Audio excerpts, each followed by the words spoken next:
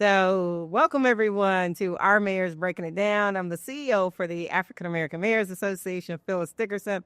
We're live today in DC, and it's winter, our winter taping. And so, my co host for the day is Victoria Thompson from the great city of Birmingham and the Director of Programs and Grants for the African American Mayors Association. Welcome, Victoria. Thank you, Phyllis. Thank you for having me. Well, yes. And today we have a special guest, Mayor Brandon Johnson from the great city of Chicago. And you just left one cold temperature and came to another one, right? Yeah, that's right. Well, Happy New Year, fellas. Victoria, it's really great to be with you all. And I'm looking forward to today's conversation. But yeah, it's winter time. But you've been in DC in the winter. I mean, this is mild in comparison to what we're experiencing in Chicago. So we're good. We'll handle it. Summertime is around the corner. It's her. You didn't see his staff walk in, but most of them didn't even have coats on. I didn't even have coats on. That's Right. Yeah, freezing. All right. So, Mary, let's get into the conversation. You stepped into office knowing you face aggressive, kind of always on opposition. What surprised you most about governing in that environment, or what did you learn quickly? Yeah, so you're absolutely right. When I came into office, we were in the midst of an immigration crisis in our country, where unfortunately the federal government did not take their responsibility seriously and did not pass comprehensive immigration reform. And so we had an influx of migrants coming in from the southern border, and the governor of Texas was shipping migrants to cities across America, but particularly cities that were ran by Democratic mayors and more specifically Black mayors, right? And what I learned quickly is that look, you're a moment or a decision away from a crisis, and there are no easy decisions, right? In every decision that you make, I've learned this quickly, that there are pros and cons or consequences to those decisions. And so what I ultimately learned was sticking to your values and adhering to those core principles that got you here. If you hold to those, I'm a living testament that you can get through that crisis, even during a very difficult time. Mayor, attacks often come not just from opponents, but from entrenched systems that resist change. So how do you push structural reform without getting consumed by daily political fire? Yeah, but Chicago, much like DC and other places across this country, politics oftentimes guides people's decisions. And, I'm the first, mayor in 40 years to really have a bold, progressive agenda that unites people, but also being very specific about how we improve the quality of life for Black folks.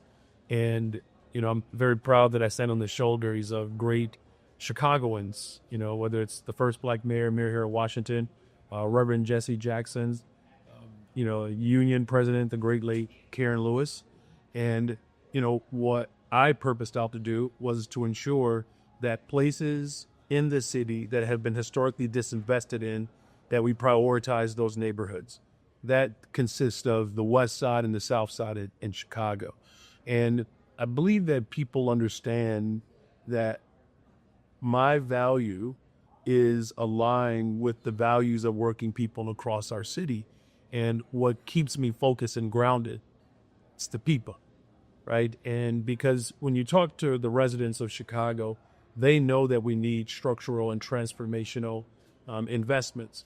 What they expect of me is to work above the politics, right? And that means ensuring that we build more affordable homes. I put forth a $1.25 billion bond investment for economic development and housing. It's the largest economic development housing bond in the history of Chicago.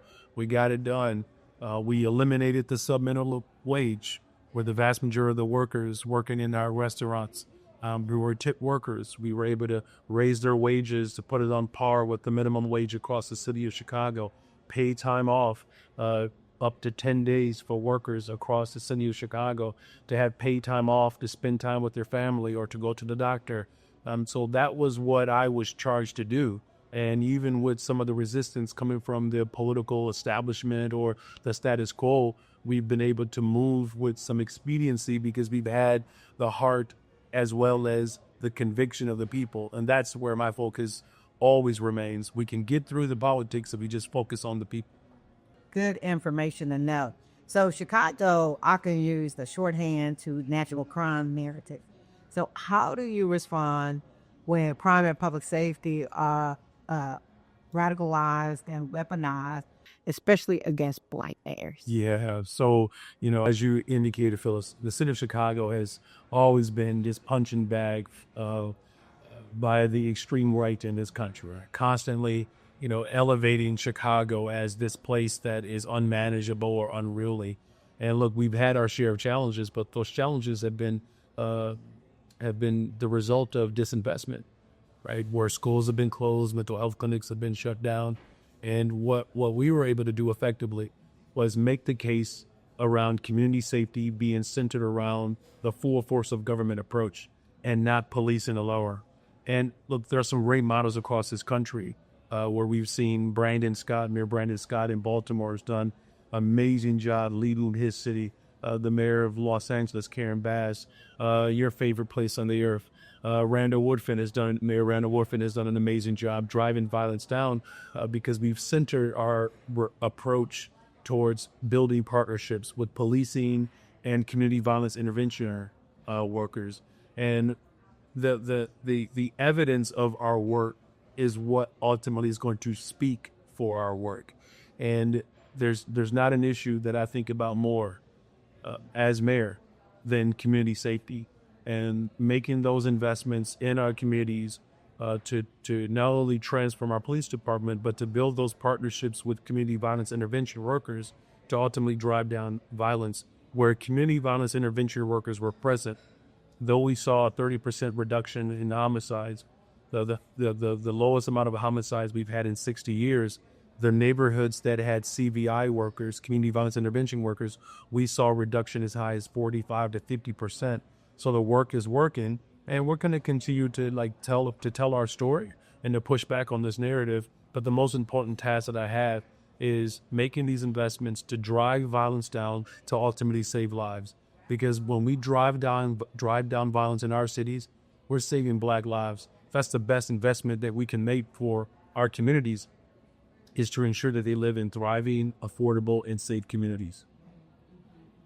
Now, Mayor, you've talked about grounding responses in data while still centering victims to communities. How do you balance facts, empathy, and urgency in moment of crisis?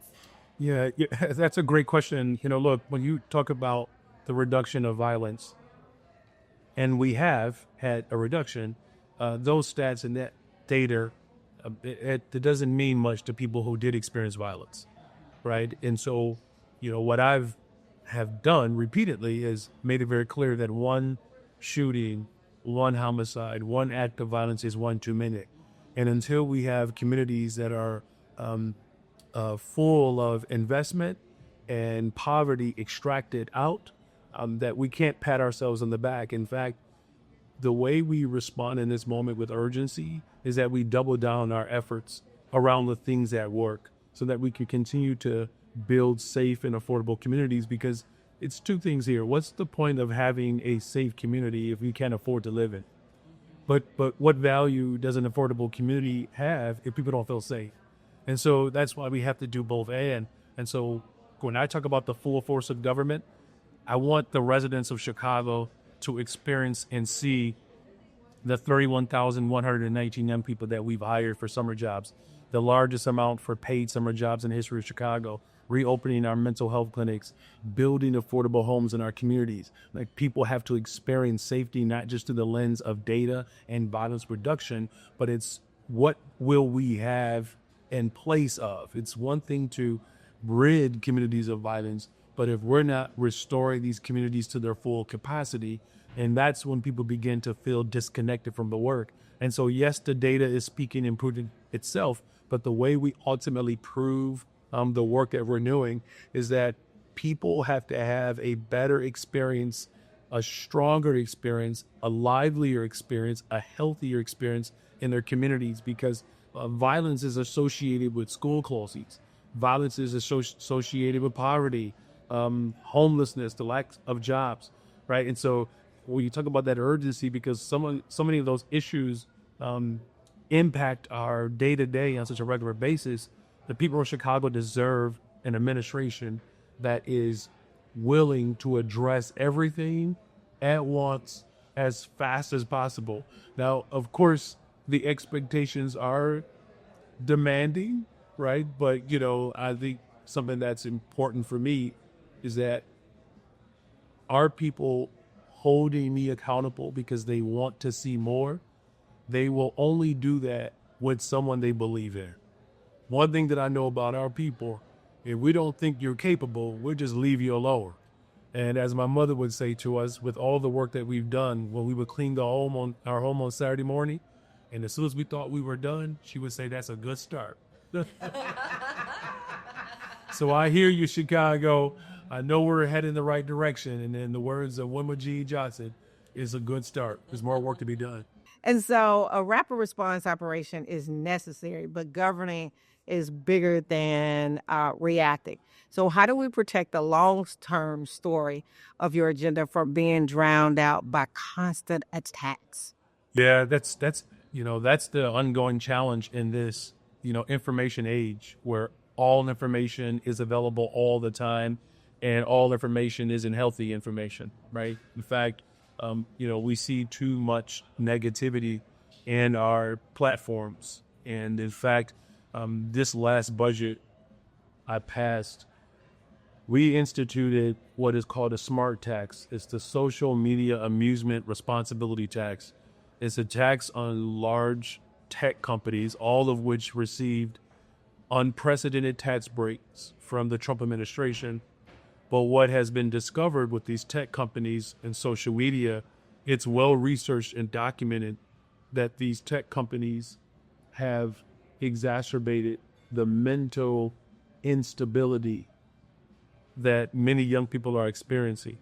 So it's attributed to the mental health crisis that many of our young people are experiencing.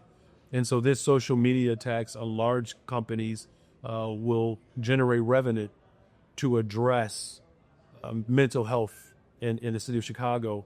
And that's reopening mental health clinics, expanding our community assistance response engagement. These are mental health crises, professionals who show up to scenes where a mental health crisis is occurring versus a police officer.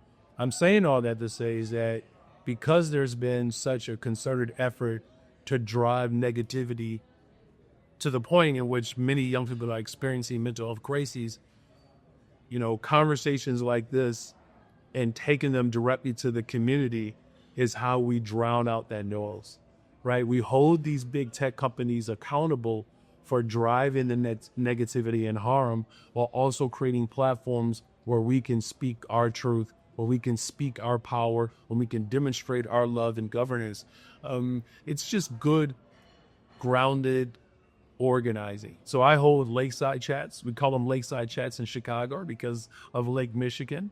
Though I always appreciate a fireside chat, but in Chicago, we're lakeside and we go directly to the community. We go to the faith community, the business community, our seniors, labor partners, just all community organizations where they can hear directly from my administration, and then my administration can hear directly from the voices of the community to continue to drive our message. Look, it's a challenge. It really is. And at a time in which, we have an administration at the federal level that is, using propaganda to divide communities, it is, more imperative now that we tell our own story through community organizing, our platforms, direct town halls, getting connected with our people so that they can experience government in a way that ultimately shows care and love and progress towards transforming our communities, which my ultimate goal is to build the safest, most affordable big city in America. And that's going to require people coming together with a shared vision for our city, to continue to move the politics within our city to see it, finally come to fruition. Mayor, you are a wealth of knowledge and experience. So for first-time mayors walking into skeptical and hostile environments, what's one mindset shift that can help them survive and still lead with purpose? Yeah. Well, the first thing is, hold on to your purpose and your value system.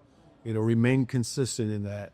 You know, I believe in terms of a mindset shift is be amenable and open to counsel and support you, right?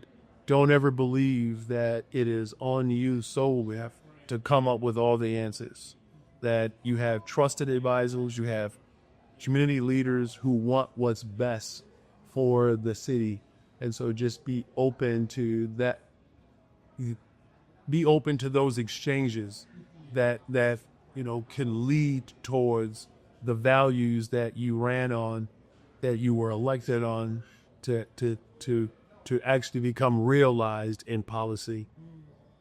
So as we round out this conversation, I have one last question. So there's a friendly competition with Mayor Andre Dickens and Mayor Randy Johnson. And so tell our listening audience what that competition is and why.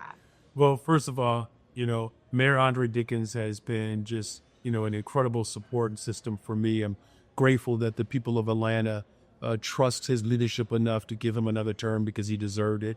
There's a good, friendly competition around how we build affordable homes and how we have economic development. But one of the things that I'm so impressed by Atlanta is that, the city's ongoing commitment to seeing the airport, be a place of value for economic development, particularly for our people. And in 2019, the city of Chicago, prior to me becoming mayor, lost its status as the busiest airport in America. And I mentioned to Mayor Dickens, I said, listen, you've enjoyed being the busiest airport in Atlanta for a period of time, but I'm the mayor of Chicago now, and I'm coming for you, ATL. And so year 2025, it took me, a couple of years to get there. I had to work through a few elements, but the city of Chicago O'Hare Airport, we have reclaimed our status as the number one busiest airport in America. And I just want to congratulate Andre Dickens for coming in second place. Hi, game on, game on. I love you, Andre. So thank you for joining us today.